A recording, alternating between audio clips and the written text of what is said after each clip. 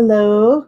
We're starting a bit early just because I want the notifications to let people know that we're starting. So we're going to still wait 4 minutes, but how is everyone? I know Leanne's here. Hi. How is everyone? I need to figure out what I'm going to do about having a background because I'm sure seeing all of my stuff is not that exciting.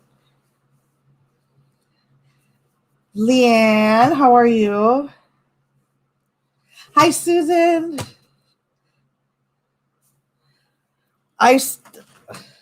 Thank you. I did this thing where I'm just letting my hair be curly and doing its own thing. And I'm just like giving into the curliness. Well, the waviness. But thank you, Leah. I know. I haven't brushed it. I brushed it as soon as I got out of the shower, but I haven't brushed it at all. I just put like curling stuff in it. So it looks a little wavy. Thank you.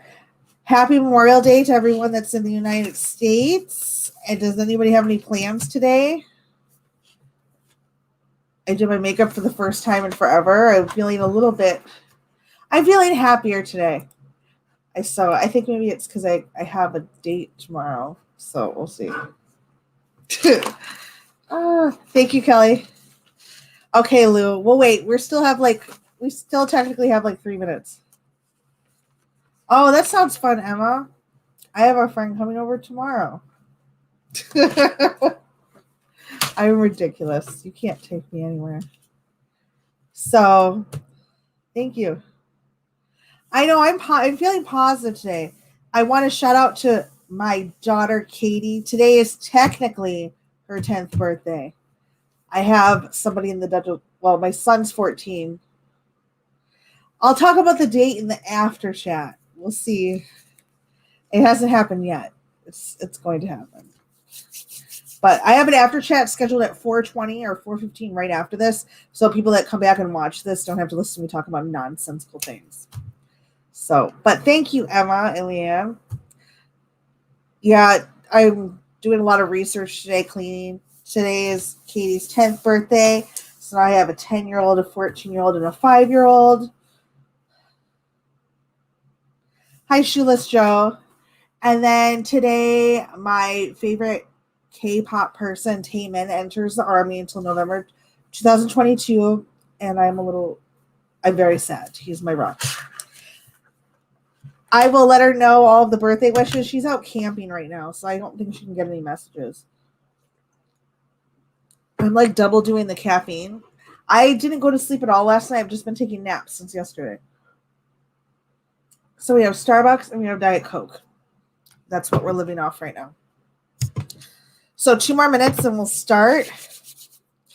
So I'm just going to start putting the links to what I research. I put some of the links to what I've been looking into and the description, and also my donation link and socials. Yet again, donations aren't expected, but appreciate it because I am a broke, unemployed woman. And then I also have the links to the video clips that I'm using. Thank you. I don't get sunburnt. I think it's the Mexican in me. Hi, Charlotte. So, there's already 13 people here. So 1 minute and we'll start. I wanted to see A Quiet Place so bad, but I don't have any money to go. Oh, it looks so good. But it gives me anxiety. When you have kids, A Quiet Place is just like another level because you know you would die instantly. Absolutely. My kids would not be quiet. So, before I start, does anybody know? I'm sure everybody knows who Malcom X is. I know about Malcom X. I don't know too many details about like everything about him because I mostly focus on Asian history. But does anybody know who Yuri Kochiyama is? Put comments in the chat. Let me know if you guys know who she is. Hi, Bilbo. Because I'm not going to lie, I was 34 years old when I found out about her. That's the good thing about history is that you can learn something new that just blows your mind at any time. So, yeah. And this is one of those things. And I actually discovered her by watching, Red Table Talk, which has Jada Pinkett Smith and her daughter and some other lady, and they were talking about kind of like racism, or like not race, well, yeah, racism, but the like the hatred that's kind of between African American and Asian cultures. And Yuri Kochiyama was brought up as somebody who was actually a pioneer in forming an early relationship with the African American community, and not a lot of people know about her. So I didn't. Yeah, and I love that show. I didn't even know about it. I love it. So this picture here is from the assassination of Malcom X, which I believe was in 1965. And right here, I put a black box over it because nobody needs to see that. And then right above here, holding Malcolm X's head, is Yuri Kochiyama. And a lot of people that have seen this photo have actually said they've never noticed her before. And she's not really well talked about unless you actually go looking for information about her, which is completely true. I've read articles from different news places that show this picture, but absolutely don't even mention Yuri Kochiyama whatsoever. I just like sharing information that makes me excited. So Yuri Kochiyama was a pioneer and a controversial American civil rights activist from the 1960s into the 1980s. And she was a Japanese American woman that was born in San Pedro, California, which is just south of LA, on May 19th, what year was it? It was like 1921. So she came from kind of a middle-class family. She was an all-American girl. She was like on her, she did Sunday school. She did sports. She was like an all-American girl, all-American family, but she was Japanese heritage. And if you guys don't know, World War II kind of put a hamper into those things for Japanese living in America. So we're going to kind of scroll on. She had a twin brother and her parents, and I think she had other siblings as well. So here's a picture of Yuri Kochiyama and her brother Pete in 1942. Her brother Pete actually worked in, what was it? Her brother Pete actually worked in the American military and with some other Japanese soldiers. And she actually also worked as a women's ambulance defense corps for the U.S. military. And here's a picture of Yuri Kochiyama and some children that she was teaching Sunday school at a Japanese internment camp. So I'm going to talk a little bit about that. So an important thing, she wasn't very political growing up. She actually ended up going to, Compton College. And she studied English, journalism, and stuff like that. She was the first student body officer. She wrote for the paper. She played tennis. And she graduated in 1941 from Compton College. So, hi, Robson. So I think an important part to understand where her passion for activism and social rights came from, you have to kind of understand a little bit of American history, which a lot of people know about this part, was the Japanese internment camps in the United States. Now, are a lot of people in the chat, are you guys aware of this? The Japanese internment camps? I actually found out that they actually had these in Canada, Mexico, and South America as well. After the bombing of Pearl Harbor, they took people of Japanese heritage and they put them in camps, kind of like what the Germans did with the Jews, but they didn't kill any of the Japanese, obviously. In February 19th of 1942, President Roosevelt signed an executive order called Executive Order 9066, which was an order that was put into place to help prevent espionage on U.S. soil and the safety after the bombing of Pearl Harbor. And they took 120,000 Japanese American citizens and basically arrested them without evidence, freeze their assets, told them you can only take what you can carry, and put them in camps around the United States. There was some in Arkansas, Oregon, California. Yuri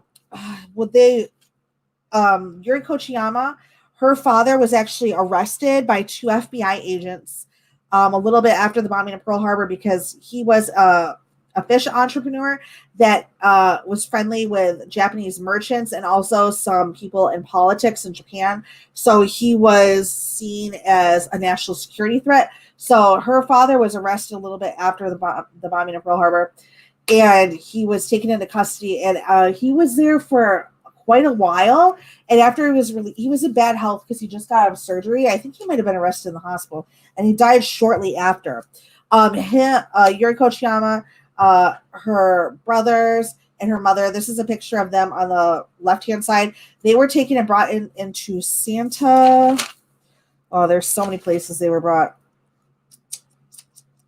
Where was the first camp? I think it was Santa Anita.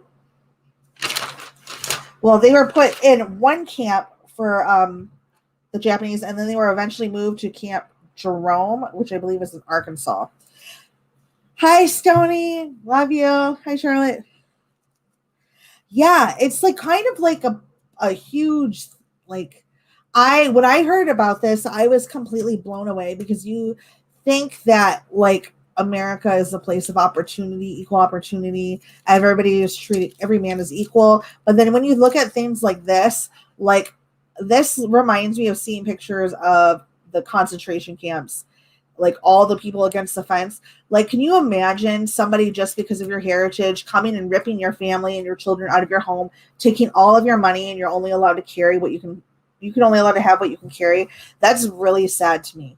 So there was about 120,000, like I said, that were put into these camps in the United States. There was about 21,000 in Canada.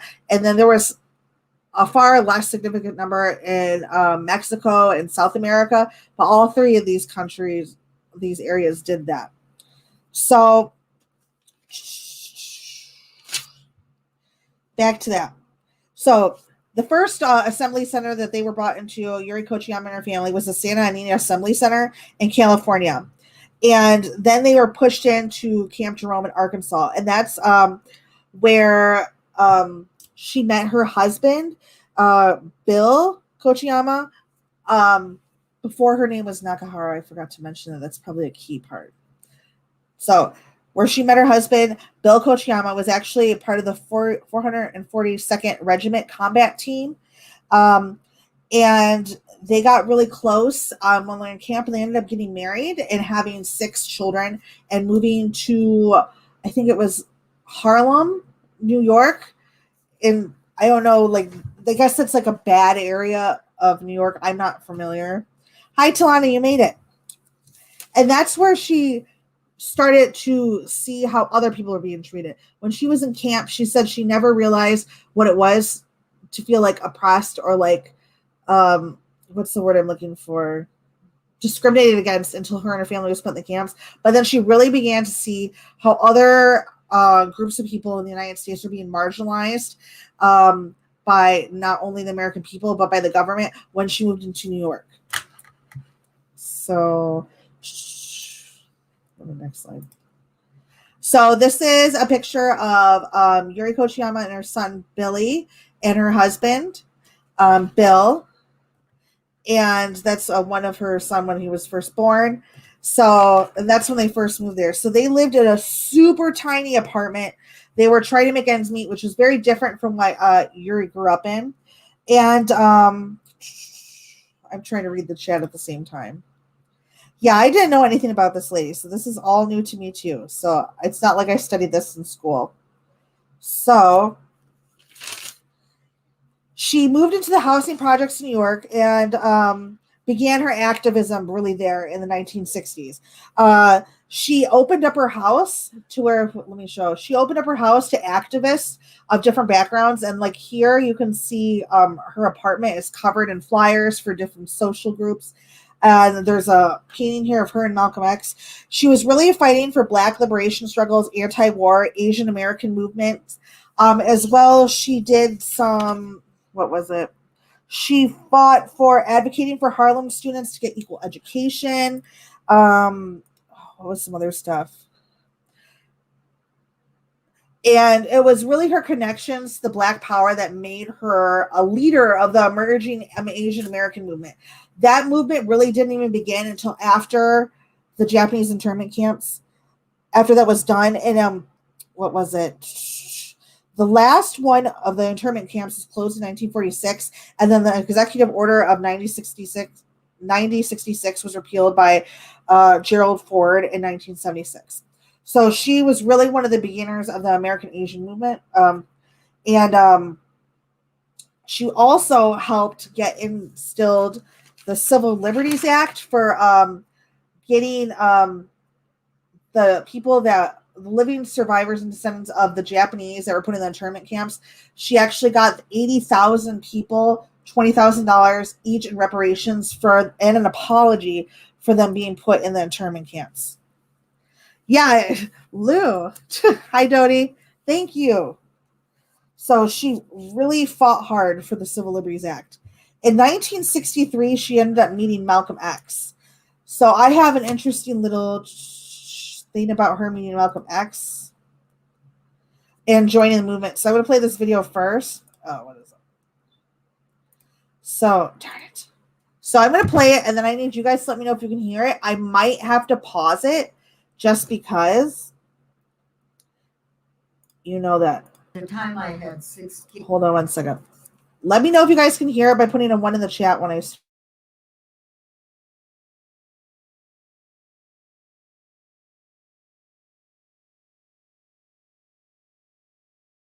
kids, we had to move to a larger apartment. And, we were living in a housing project, low income housing, and they were building a new low income housing in Harlem.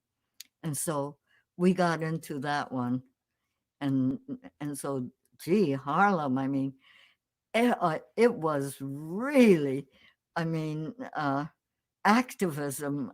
I mean, Harlem was the place to go.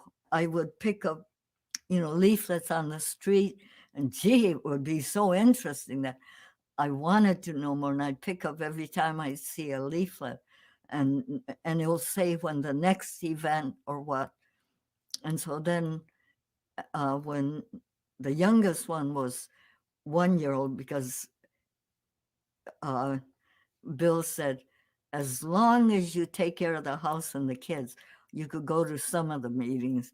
I took all the kids with me, maybe two on a. Could you imagine being a little Japanese woman in Harlem going and joining all these activism meetings? I bet people were giving her looks, but she just kept going. A push guard and one on a stroller or something. But so all my kids started in real young, and they used kids for a lot of things. Where kids were getting hit by cars, they asked all the mothers to bring their toddlers and or babies and put them in the middle of the street and don't let any cars pass. And we're going to stay there until the government will give traffic lights throughout Harlem. By the time I had 6. So yeah, she was right in the middle of Harlem. She was let all the activists come and do meetings in her house. Her kids, her surviving children said that they were used to flyers being all over, people sleeping on the couch, people coming in. And she would take the children with to do all these activism stuff. And then in 1963 in Brooklyn, at a Brooklyn criminal court, she ended up meeting Malcolm X. And then I found this really interesting clip about when she actually met Malcolm X for the first time. So I'm going to play that real quick. Okay.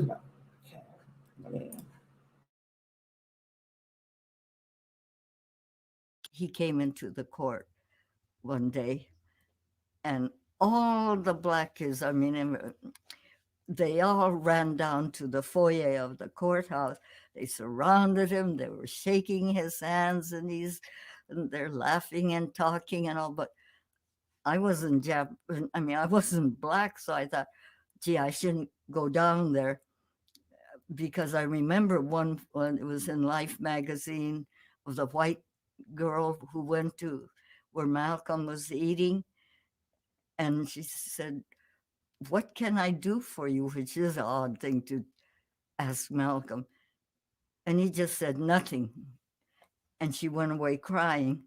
And I thought, gee, I hope I don't do that, because I mean, it should be maybe just a black thing, but I wanted to meet him so much, and I asked the people head of CORE, you think maybe I could try to, they were all circled around Malcolm. He said, well, if you want to try, but he could just tell you to get away. And so, well, I thought I'll try it. And I kept going closer and closer. And I thought, if I see him look up, I'm going to take my chances and say something. I didn't know what to say, but he did look up once. So I said, can I shake your hand? And he said, for what? And I didn't know what to say. What should I say next? To congratulate you. And he said, for what? And I said, for what you're doing for your people. And he said, well, what am I doing for my people? And I had to think hard to answer. I said, you're giving directions. And then, gee, all of a sudden, he came out of the group, and he put his hands out. So I ran and grabbed his hands. I mean, it was just one of those lucky moments. So, yeah. And then, after that, I joined his group and went to hear him every week.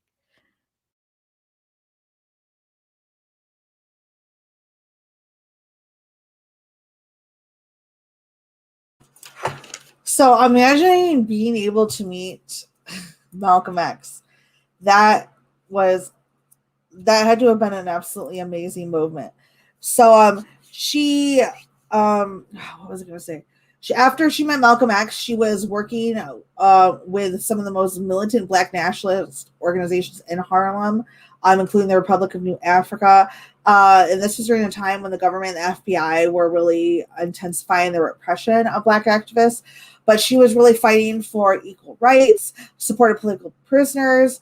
I think I read something interesting that she actually, in 1977, she also joined a group of Puerto Ricans who took over the Statue of Liberty to draw attention to the movement for Puerto Rican independence.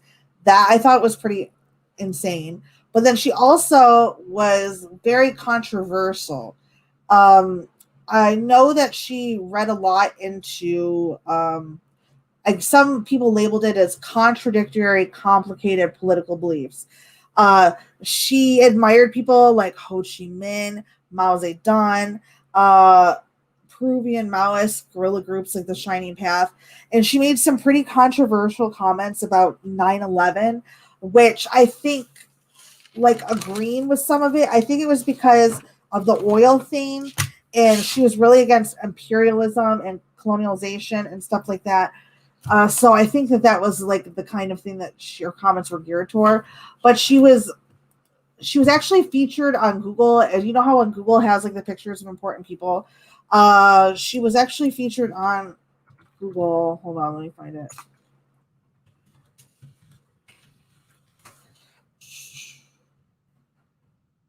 Let me find it. Not too long ago. Let me stop this real quick. Stop. She was featured on the Google's front page, and that caused a lot of controversy, because she had those views.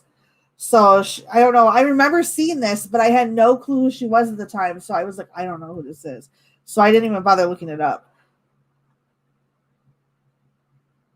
It didn't even really mention anything about her stance on Hong Kong. I'm still researching her myself, but that's just a little info on her. I'm going to buy some books and really go in depth. But I guess when Google put her on there, they got a lot of flack for doing that because she did make some really, unfortunately, not very tasteful comments about 9/11. But it was interesting to me before that, when I was studying her, how outspoken she was, because Japanese people aren't very outspoken. I read a comment by somebody that was in an internment camp. Where was it? I don't know where it went, but basically said that, Japanese people, like went to the internment camps of the fight. They just follow the lead, they listen to the rules. She really pushed the boundaries of like going against the grain and like speaking out for rights, which a lot of people of her background didn't really do, especially being a woman. So I think one of the most important things that she did do was get reparations for the Japanese Americans that were put in those internment camps. So, which I was thinking about doing something on that, if you guys are interested in it. There's a few things I'm looking into doing because the unit 731 we're having at the end of this week.